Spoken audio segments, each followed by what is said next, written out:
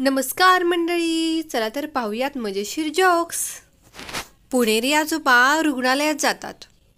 Doctor विचारतात, काय होतंय तुम्हाला?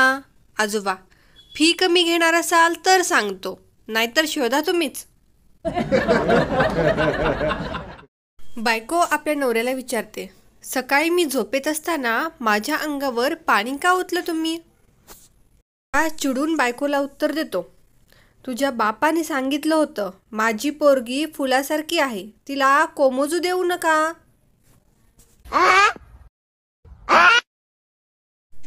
आपण एम सरळ आणि डब्ल्यू उलटे का लिहितो? विचार करा। कारण मेन सरळ आणि उमेन उलटा विचार करतात नेहमी, बरोबर ना? आवडलं असेल तर कमेंट करा।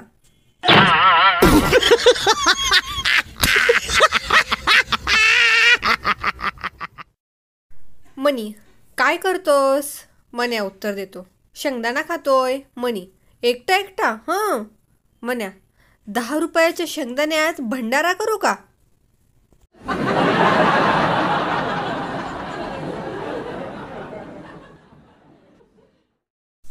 तो तिला म्हणतो, तुझ्यासोबत हातात हात घालून असं चालत फिरायला मला खूप आवडतं। ती म्हणते, सरळ सरळ सांग ना, पेट्रोल परवडत नाही ते?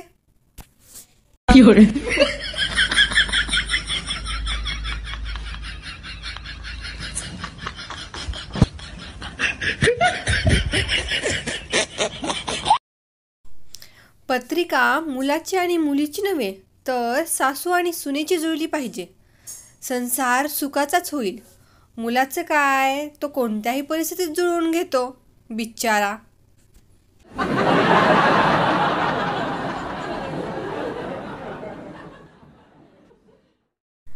एका बायकोचा आपल्या नवऱ्याला मेसेज, नक्की ऐका।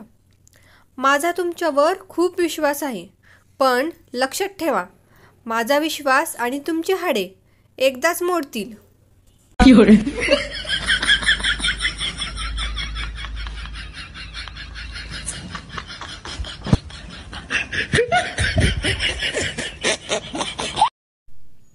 मोगॅम्बो खुश व्हा, असं मोगॅम्बो नेहमी का म्हणायचा? खूप वर्षानंतरच्या संशोधनानंतर असं लक्षात आलं की मोगॅम्बोचं लग्न झालेलं नव्हतं, म्हणून तो अधूनमधून असाच खुश व्हायचा। बायको आपल्या नवऱ्याला विचारते, लव्ह मॅरेज चांगलं की अरेंज मॅरेज? नवरा उत्तर देतो, कारलं तळून खा किंवा उकडून खा, कडूच लागणार ना। बायकोने नवऱ्याला 8 दिवस कारल्याचीच भाजी करू घातली।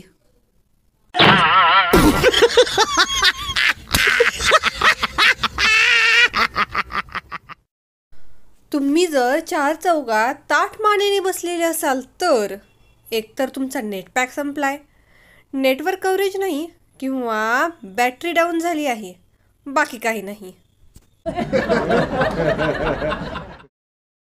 डेंटिस्ट म्हणतात, कोलगेट आपल्या दातांना किडण्यापासून वाचवते। झंप्या, डोकं खाजून विचार करून, पण किडण्या तर पोटात असतात ना।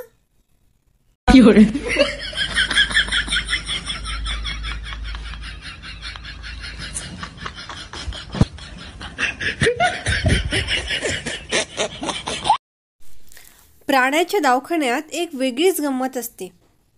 केस पेपरवर नाव मालकाचे लिहितात आणि आजार प्राण्याचा लिहितात। उदाहरणार्थ, नाव अनिल पाटील, आजार शेपटीला सूज आलेली आहे। गुरुजी मुलाला विचारतात, मुंबईहून पुण्याला जाताना काय काय बदल होतात? विद्यार्थी भन्नाट उत्तर देतो, तापमानात घट होते आणि अपमानात वाढ होते। गुरुजींनी विद्यार्थ्याला अत्यानंदाने पोटाशी धरला।